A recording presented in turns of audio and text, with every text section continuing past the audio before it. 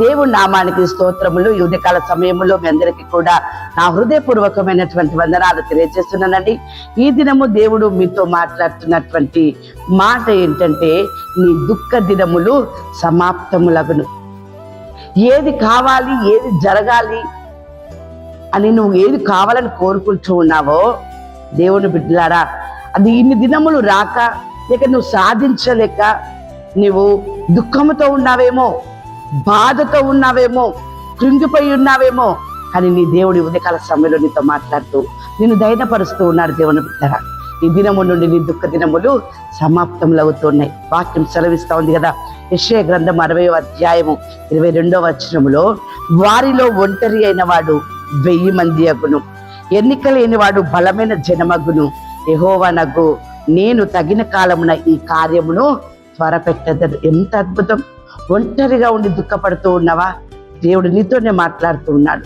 ఒంటరిగా ఉన్నటువంటి వాడట 1000 మంది అవుతారట. దేవుని పిల్లలు, అలాగునే మేము ఒంటరిగా ఉంటూ ఉన్నాము, మాకు సంతానము లేదు అని చెప్పేసి అని బాధపడుతూ ఉన్నారా? అబ్రహాము విషయంలో దేవుడు చేసిన కార్యము నీ జీవితంలో కూడా చేయబోతూ ఉన్నాడు. ఆదికాండము 21వ అధ్యాయము 1వ వచనంలో వాక్యం ఈ రీతిగా ఉంది, యెహోవా తాను చెప్పిన ప్రకారము షారాను దర్శించెను, యెహోవా తాను ఇచ్చిన మాట చొప్పున షారాను గురించి చేసెను. వాక్యం కింద ఇంకా సెలవిస్తా ఉంది కదా, ఎట్లనగా దేవుడు అబ్రహాముతో చెప్పిన నిర్ణయ కాలములో షారా గర్భవతి అయి అతని ముసలితనమందు అతనికి కుమారుని కనెను. ఎంత చక్కని మాట! ఒంటరిగా దుఃఖపడుతున్నారు, ఆస్తి ఉంది, అన్ని ఉన్నాయి, కానీ సంతానము లేదు అని చెప్పేసి అని ఒంటరిగా దుఃఖపడుతున్నటువంటి సమయములో దేవుడు అబ్రహాముతో మాట్లాడాడు. నీ సంతానము ఆకాశపు నక్షత్రముల వల్ల చేస్తానని, ఇసుక రేణుల వల్ల చేస్తానని చెప్పేసి అని ఒంటరిగా ఉన్నటువంటి అబ్రహామును పెక్కు మంది అయ్యేటట్టుగా చేసి ఉన్నాడు. దేవుని బిడ్డలారా, దేవుడు మాట ఇచ్చాడు, నెరవేర్చాడు. ఉదయకాల సమయంలో దేవుడు అదే మాట నీకు ఇస్తున్నాడు. నువ్వు ఎలాంటి స్థితిలో నీవు ఉన్నావో, ఎలాంటి దుఃఖంలో నీవు ఉన్నావో, ఎలాంటి ఇబ్బందులు నీవు ఉన్నావో, నీ దుఃఖ దినములన్నిటిని కూడా ఆయన సమాప్తం చేస్తూ ఉన్నాడు. వాక్యం సెలవిస్తా ఉంది ఇక్కడ జెఫన్యా గ్రంథము 3వ అధ్యాయము 5వ వచనములో, అయితే న్యాయము తీర్చు యెహోవా దాని మధ్యనున్నాడు, ఆయన అక్రమము చేయువాడు కాడు, అనుదినము తప్పకుండా ఆయన న్యాయ విధులను బయలుపరచును, ఆయనకు రహస్యమైనది ఏదియూ లేదు. నీ పట్ల దేవుని బిడ్డలారా, రహస్యమైనది ఏది కూడా దేవునికి లేదు. న్యాయం ఏంటిదో, అన్యాయం ఏంటిదో ఆయనకు తెలుసు కనుక న్యాయము తీర్చు ఆ దేవుడు నీవు న్యాయముగా యథార్థంగా ఉన్నట్లయితే నీ మధ్యన ఆయన ఉన్నాడు.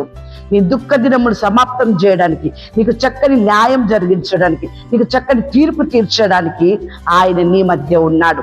వాక్యం సెలవిస్తా ఉంది 2వ దినవృత్తాంతముల గ్రంథము 19వ అధ్యాయము 11వ వచనము, ధైర్యము వహించుడి, మేలు చేటకై యెహోవా మీతో కూడా ఉండును.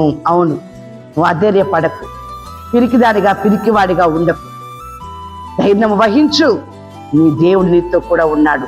మేలు చేటకై, న్యాయము చేటకై, చక్కని తీర్పు తీర్చుటకై, నిన్ను స్వస్థపరచుటకై, నిన్ను గొప్ప చేటకై నీ దేవుడు నీ తోడు ఉన్నాడు. దేవుని చెప్తారా, నీ మధ్యన ఉన్నాడు. వాక్యం సెలవిస్తా ఉంది ఇక్కడ 27వ కీర్తన 6వ వచనములో, ఇప్పుడు నన్ను చుట్టుకొని ఉన్న నా శత్రువుల కంటే ఎత్తుగా నా తల ఎత్తబడును, ఆయన గుడారములో నేను ఉత్సాహధ్వని చేయించు బలులర్పించెదను, నేను పాడెదను, యెహోవాను గురించి స్తుతిగానము చేసేదను. ఎంత అద్భుతం అండి! దేవుడు ఎంత చక్కగా మాట్లాడుతున్నాడు ఇక్కడ. నువ్వు ధైర్యం వహించు, మేలు చేటకై నీతో యెహోవా ఉన్నాడట, ఆయన మీతో ఉన్నాడట. కాబట్టి నీ శత్రువుల కంటే ఎత్తుగా ఆయన నీ తలను ఎత్తుతూ ఉన్నాడు. కాబట్టి ఆ వాక్యం సెలవిచ్చిన రీతిగా నీ గుడారంలో నీవు దుఃఖపడవు. దేవుని బిడ్డ, నీ గుడారంలో నువ్వు వేదన పడవు, నువ్వు కృంగిపోవు, ఉత్సాహధ్వని చేయించు దేవునికి బలులు అర్పిస్తావు. అటువంటి గొప్ప ఆనందమును దేవుడు నీకు ఇస్తూ ఉన్నాడు. ఉదయకాల సమయంలో దేవుడు మీతో మాట్లాడుతున్నటువంటి మాట యెషయా గ్రంథము 60వ అధ్యాయము 20వ వచనం, నీ సూర్యుడు ఇంకను అస్తమింపడు, నీ చంద్రుడు క్షీణింపడు, యెహోవాయే నీకు నిత్యమైన వెలుగుగా ఉండును. నీ దుఃఖ దినములన్నీ కూడా సమాప్తములవుతూ ఉన్నాయి. ఇంత చక్కని మాట అండి. చీకటి అనేది నీ కుటుంబంలో కావచ్చు, నీ వ్యక్తిగత జీవితంలో కావచ్చు, నీ పిల్లల జీవితంలో కావచ్చు ఉండదు. అది నీ దుఃఖ దినములన్నింటి కూడా ఆయన సమాప్తం చేస్తున్నాడు.